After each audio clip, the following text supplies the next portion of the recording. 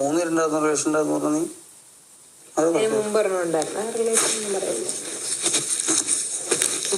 ഇപ്പൊ എന്റെ ഇപ്പൊ ഞാൻ വരാൻ നിൽക്കാൻ പറഞ്ഞല്ലോ എന്റെ ഒരു കല്യാണം വന്നു നിൽക്കുന്നുണ്ട്. എന്ന് പറഞ്ഞാൽ എന്റെ ഭയങ്കര ഫ്രണ്ടായിരുന്നു. എനിക്ക് കല്യാണം ആലോചിച്ചു എന്റെ വീട്ടിലോട്ട് ബിഗ് ബോസ് കഴിഞ്ഞ് പോകുമ്പോ നോക്കാമെന്ന് പറഞ്ഞു. റിലേഷൻ അല്ല, നമ്മള് പറയില്ലേ നോക്കാം. എനിക്കറിയില്ല ഇപ്പൊ നിങ്ങളിതുപോലെ അതുപോലെ ഇല്ല, നോക്കാം. എനിക്ക് മോതിര ചടങ്ങൊന്നും പിന്നെ അറിയില്ല. ഇപ്പൊ ഈ പറഞ്ഞ ആളുണ്ടല്ലോ, പുള്ളിക്ക് എന്റെ എല്ലാ കാര്യങ്ങളും അറിയാവുന്ന, കാരണം എന്റെ ഫ്രണ്ടായിരുന്നു. 1.5 വർഷത്തോളം എന്റെ ഫ്രണ്ടാണ്. നമസ്കാരം. ഇത്രയധികം കുടുംബത്തിനെ സ്നേഹിക്കുന്ന ഒരു പെൺകുട്ടി വേറെ ഉണ്ടായിരിക്കില്ല, ബിഗ് ബോസിൽ എസ്പെഷ്യലി. കാരണം വെച്ചാൽ ഒരു സെക്കൻഡ് ജാഫർ മാമൻ സുഖമായിട്ട് കിടന്നുറങ്ങാന്ന് വിചാരിക്കുമ്പോഴേക്ക് അടുത്ത ബടി ജാസ്മിൻ പൊട്ടിച്ചിട്ടുണ്ട്. ഹെയറിലേക്ക് ജാഫർ മാമനെയും ബാക്കിയുള്ളവരെയും കയറ്റി വിടാനുള്ള സംഭവം. പിന്നെ അഫ്സലിന് വീണ്ടും സുഖമായിട്ട് വളരെ സന്തോഷമായിട്ട് സൈബർ ബുള്ളിങ് ഒന്നും ഇല്ലാതെ അഫ്സലിന് മനസ്സമാധാനമായിട്ട് നടക്കാനുള്ള പരിപാടി ജാസ്മിൻ അതിൻ്റെ ഉള്ളിലെടുത്തിട്ടുണ്ട്. നിങ്ങൾ ഫസ്റ്റ് കേട്ടിട്ടുള്ള വോയിസ് ജിൻഡോയും ജാസ്മിനും തമ്മിലുള്ള കോൺവെർസേഷനാണ്. ഇന്നലെ രാത്രി ലൈവിൽ നടന്നതാണ്, ഞാൻ കണ്ടില്ല. നമുക്ക് കുറച്ച് പേര് അയച്ചു തന്നതാണ് ഇന്നലെ നടന്നിട്ടുള്ള സംഗതികൾ. നിങ്ങൾ കേട്ടില്ലല്ലേ? വീണ്ടും കേൾക്കണ ചെന്നും കൂടി റിവേഴ്സ് ചെയ്ത് കേൾക്കുക. അതായത് ജാസ്മിൻ്റെ പ്രീവിയസ് റിലേഷൻഷിപ്സിനെ കുറിച്ച് ഇനി ജിൻഡോ ചോദിച്ചതാണ് നമ്മൾ കണ്ടത്. അത് ജിൻഡോയുടെ ഗെയിം പ്ലാൻ ആണോ എന്നുള്ള അറിയില്ല.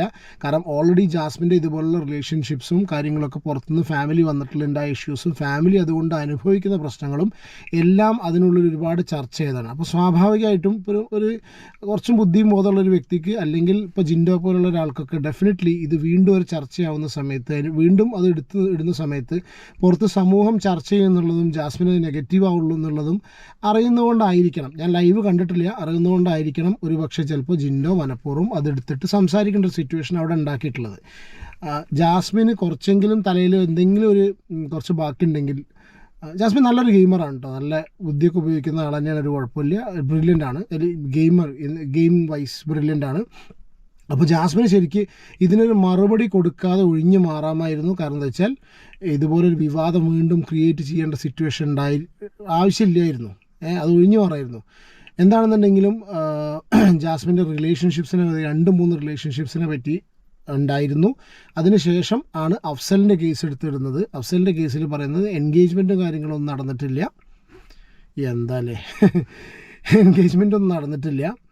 ബിഗ് ബോസ് കഴിഞ്ഞ് വരുന്ന സമയത്ത് നോക്കാം, എങ്ങനെയാണെന്ന് വെച്ചാൽ എല്ലാ സംഗതികളും ക്ലിയർ ആണെങ്കിൽ നോക്കാം എന്നാണ് പറഞ്ഞിട്ടുള്ളത്.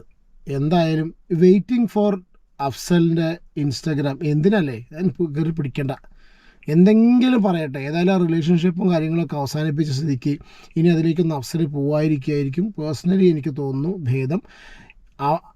ജാസ്മിൻ്റെ ഫാമിലിയായി അവരെ പാടായി എന്നും പറഞ്ഞ് മുന്നോട്ട് പോവുക. എന്നിട്ട് അടുത്ത അവനവൻ്റെ മുന്നോട്ട് മനസ്സമാധാനം, ഏറ്റവും വലുത് മനുഷ്യന് വേണ്ട മനസ്സമാധാനമല്ലേ, മനസ്സമാധാനമായിട്ട് മുന്നോട്ട് ജീവിക്കാനുള്ള നെക്സ്റ്റ് സിറ്റുവേഷൻ നോക്കുക എന്നല്ലാതെ വെറുതെ ഈ വള്ളി കേസ് അഫ്സൽ പിടിക്കാതിരിക്കുക. റീസൺ എന്താണെന്ന് വെച്ചാൽ ഇപ്പോൾ കഴിഞ്ഞ ദിവസം ഞാൻ ഒരു വോയിസ് പുറത്തുവിട്ടിരുന്നു, നമ്മുടെ ഗ്രൂപ്പുകളിൽ വന്നിട്ടുള്ള വോയിസ്. അതിൽ തന്നെ അഫ്സലിനെ പറഞ്ഞിട്ടുള്ളത് ഉയരയിലെ ആസിഫ് അലി എന്നാണ്. അതായത് സാഡിസ്റ്റാണ്, പിന്നെ അഫ്സൽ സൈക്കോ ആണ്, പ്ലസ് വേറെ എന്തോ ഒരു പേരും കൂടി ഉണ്ട്. അതാണ് അഫ്സൽ. കാരണം വെച്ചാൽ അവിടെ അഫ്സൽ എന്താ പറയുക, അവിടെ അഫ്സൽ ആസിഡ് ഒഴിക്കാൻ പോലും മടിക്കില്ല എന്ന് പറഞ്ഞിട്ടുള്ള ഒരു സംഗതി കേട്ടു. അല്ലെങ്കിൽ ഒരു പോസിബിലിറ്റി ഉള്ളതെന്ന് വെച്ചാൽ ജാസ്മിന് ചിലപ്പോൾ ഒരു പക്ഷേ ഈ ഒരു റിലേഷൻഷിപ്പും കാര്യങ്ങളൊക്കെ പൊട്ടി കുടുംബം മൊത്തം ഇത്രയും മാനക്കേട് സംഭവിച്ചു, അതുകൊണ്ട് ഇരുന്ന് കാൽക്കുലേറ്റ് ചെയ്ത് പ്രീ പ്ലാൻ ചെയ്തിട്ട് ജിൻഡോ ഇങ്ങനത്തെ ഒരു വിഷയം ചോദിക്കുന്ന സമയത്ത്, അല്ലെങ്കിൽ വോളണ്ടറിലി ഇതുപോലൊരു കാര്യം പുറത്തേക്ക് എടുത്തിട്ടിട്ട് പുറത്ത് സമൂഹത്തിന് കാര്യങ്ങൾ പറഞ്ഞ് ബോധിപ്പിക്കാനാണോ ഈ ഒരു ടോപ്പിക് എടുത്തിട്ട് എന്നുള്ളത് അറിയില്ല. എന്താണെന്നുണ്ടെങ്കിലും ജാഫർ മാമനും കുടുംബത്തിനും ഇന്ന് ഉറക്കം വീണ്ടും പോയി. കാരണം വെച്ചാൽ ഇതുപോലെയാണ്. പക്ഷേ അതൊന്നൊരു വിഷയമായിരിക്കില്ല അല്ലേ, നമുക്ക് കപ്പ് കിട്ടിയാൽ മതിയല്ലോ അല്ലേ, നമുക്ക് ആ ഒരു 50 ലക്ഷവും ബിഗ് ബോസിൻ്റെ ടൈറ്റിലും കാര്യങ്ങളൊക്കെ മതിയല്ലോ അല്ലേ. വല്ലാത്ത കഷ്ടം എന്ന് പറയാം.